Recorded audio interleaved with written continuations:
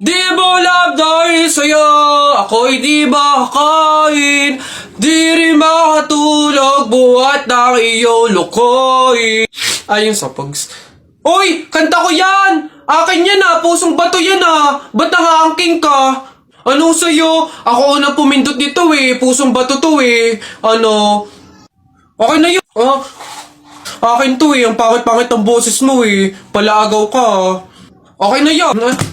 Aba, hindi ako papayag. Taalis-alis kayo din eh, tapos yung hinahanapin nyo. Wala na yun eh, stop na yun. Kanina pa yun eh, akin na to eh. Ano, stop na lang yan, oh. Tigil na lang yan, hindi ako papayag. Akin to eh. Stop, oh, panapok, oh. Suntukan tayo. Yabang nito ah. Panapok. Oh, yun na yan, oh. Sa'yo na yan, oh. Isang kanta lang naman eh. 10 pa kanta ko dyan ah. Narda sunod dyan, oh. Narda, akin yun. Basta kahapon, pumunta ka. Ay! Nakagat ko yung dila ko, ang sakit. Hala! Bigay ka ng number, bilis! Ha? Number 4. A, B, C, D. Hala, letter D. Ibig sabihin, naiisip ka ni letter D. Si Dodong yan no? Yung crush mo? Nay! Hindi naman. Hindi ko na naman crush yun. Asim-asim ni Dodong eh. Ikaw nga, tinan mo yung yung ilong mo nagpapawis. Ibig sabihin daw niyan selosa eh, nagsiselos ka siguro pag may kalarong iba si Mark Jun, no? Hindi naman ako selosa. Anong paki ko kung may kalaro ng iba si Mark Jun, andyan pa naman si Tep Tep. Ano ba yung? Hay, kaya ano yung mga pinag-uusapan ninyo? Kababata pa kumikiringking na kayo, ha? Hindi pa nga ata marunong magbasa at magsulat eh, lumalantod na. Uy! Gagi mga pare, gutom na ako ha. Tara sa BGC, restaurant tayo ha mga tol. Tara. Uy gagi, same pare, yung stomach ko, it's hurt pare. I'm gonna die. Tara na, kain na tayo. Dito, ano ba mga pare? Good day mga sir, can I have your order please? Ano na lang, 3 hamburger, 3 spaghetti, 1 pizza, tsaka 3 halo-halo. Ang dami yung order mga sir ha. Gagi, gutom na gutom kami, grabe, legit. Sobrang dami kasing shorty ngayon sa BGC. Sobre na, ang dami. Pagod na pagod kami, no? Ayan, 1,534 po lahat. Tanong ko lang din po kung meron kayo mga vaccination card. Vaccination card? Baka pwedeng pagbigyan nyo muna kami kahit ngayon lang, oh. Pasensya na po mga sir, hindi po pwede kasi requirement po yung vaccination card dito sa restaurant bago po kumain. Gagi, gutom na kami, oh. Consideration naman. My stomach is hurt na, oh. Baka naman. Kung wala po kayo mga vaccination card, labas. Dali. Bye-bye. Bad trip naman. Tara mga pare, gagi. Magka-render na lang tayo. Bad trip. Tara naman. Hala.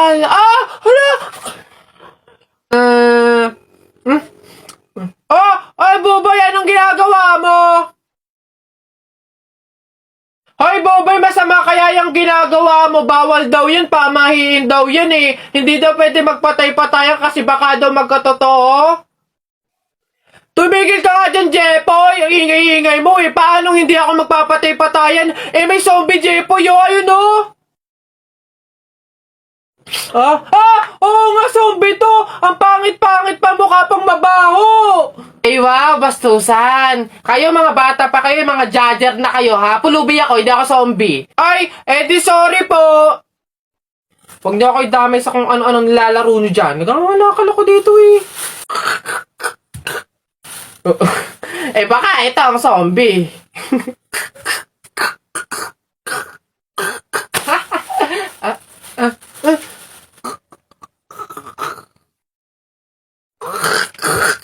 Ayun,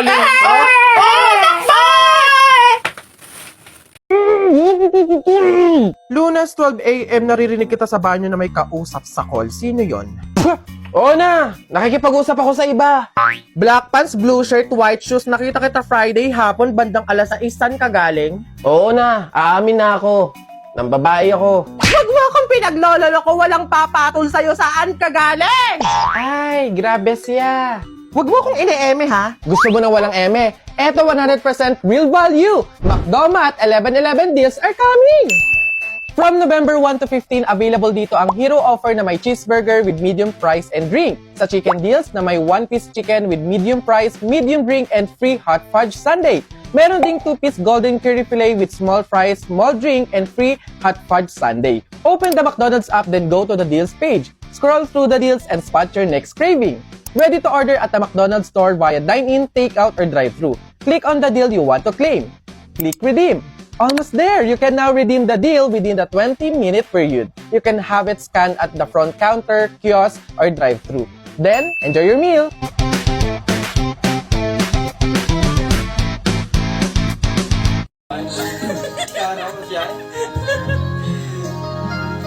Pinabasal kita nang di mo alam. Pinapangarap ko ikaw ay akin. Mapupulang alawin, mapagkat mo din. O maabot hanggang sa langit. Wag ka lang titingin sa akin at pagkatunaw ang puso kong sabihin. Sa iyong ngiti ako'y nahuhumalik, at sa tuwing ikaw ay gagalaw, ang mundo ko'y tumitigil. Tumalang sa iyo ang awit ng aking puso. Sana'y mapansin mo rin ang ibig mo.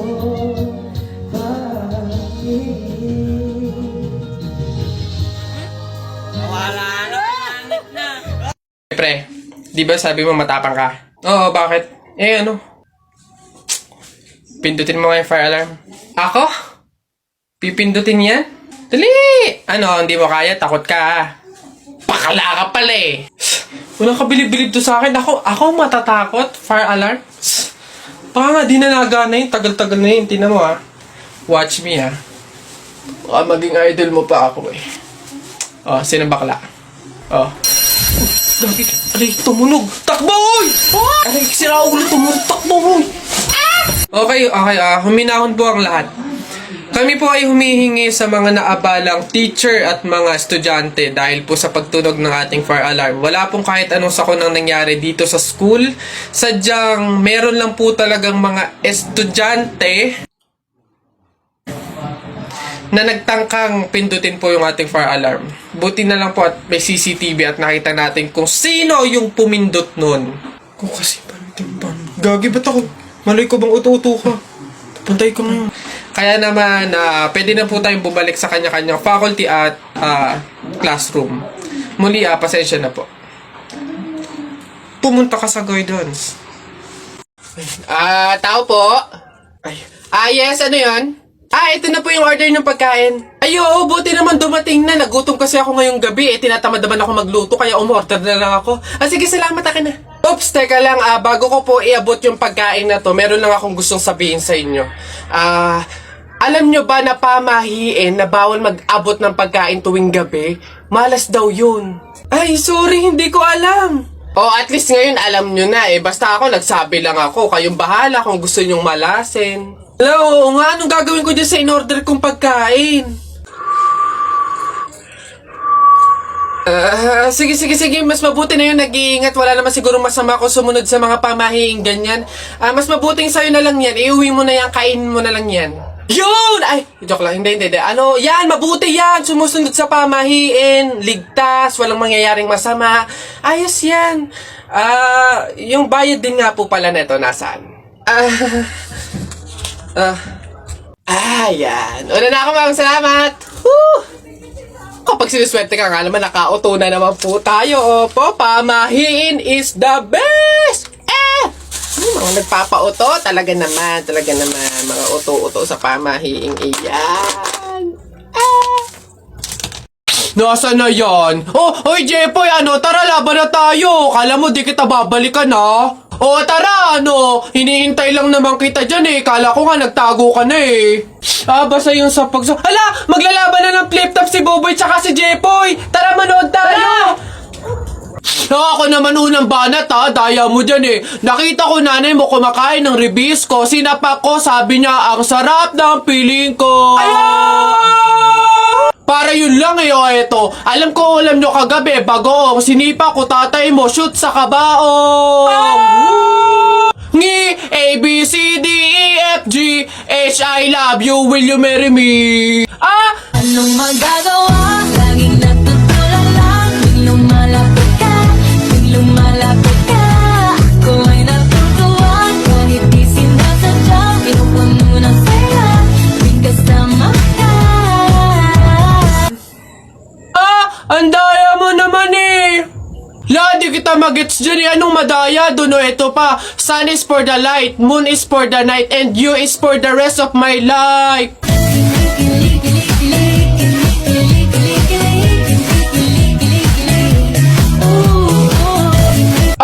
Teka, kinikilig ka ba? Flip top lang to Bok lang to. Diyan ka na nga. Hoy, Jepoy. Bakit? Alam mo, sabi sa akin ni Christian kahapon, takting yun, niyayabang ka ata nun eh. Ikaw daw yung kumuha ng mga itlog ng manok, tapos pinagbabato mo daw. Papayag ka nun, tapos sabi sa akin nung isang araw, ikaw daw yung nagsulat ng bototoy dun sa kotse ni Kuya Eman. Papayag ka nun? Kung ako hindi ako papayag dun, sasapakin ko talaga yun. Sinabi niya yun? Nasaan yun? Panapok talaga sa akin yun. Ayun, Jepoy, niyayabaan ka pa nun, isang araw pa yan eh. Kung ako sa'yo, talaga sasapain ko yan. Yabang-yabang yan sa'yo eh. Hoy, Christian. Bakit? Ano yung pinagsasabi mo, ha? Isang itlog lang naman yung kinuha ko, ha? Tapos yung pototoy dun sa kotse ni Kuya Eman, inutos mo lang naman sa akin yun, ha? Yabang mo, ano yung pinagsasabi mo dyan? Ikaw nga umihi ka nga nang naglalakad eh. Tapos pinagbabato mo yung mga bubong dun eh. Yabang neto. Di ko naman sinabi yun. Sinungaling, kakaila ka pa. Sabi mo sa akin nung isang araw, ang asim-asim ni Jepoy, hindi pa nga naliligo, sabi mo. Dahilan ka pa dyan, panapok na lang. Hindi ko naman talaga sinabi yun. Ba't ayayabang nyo porque dalawa kayo? Hindi ko naman talaga sinabi yun. Ang yayabang nyo, susumbong kayo. Ano ba yan? Nakakabagot naman, wala man lang akong magawa. Check ko kaya yung Instagram account ko. Tagal ko nang di nabubuksin yun eh. 2 followers lang. Daya naman, di ba na nadagdagan? Tagal ko na tong hindi nabubuksan eh. Daya, bakit kaya? Si Jepoy ito sikat pala siya sa Instagram. Kaya siguro siya sumikat sa Instagram. Magaganda kasi ng mga pormahan ni Jepoy eh. Gagayain ko to para sumikat din ako. Ganito yun eh. Ito yun eh. Isa pa. May isa pa yun eh. Ano pa ba yun? Ayun, meron pa, wait lang. Ganito yun eh. Isa pa.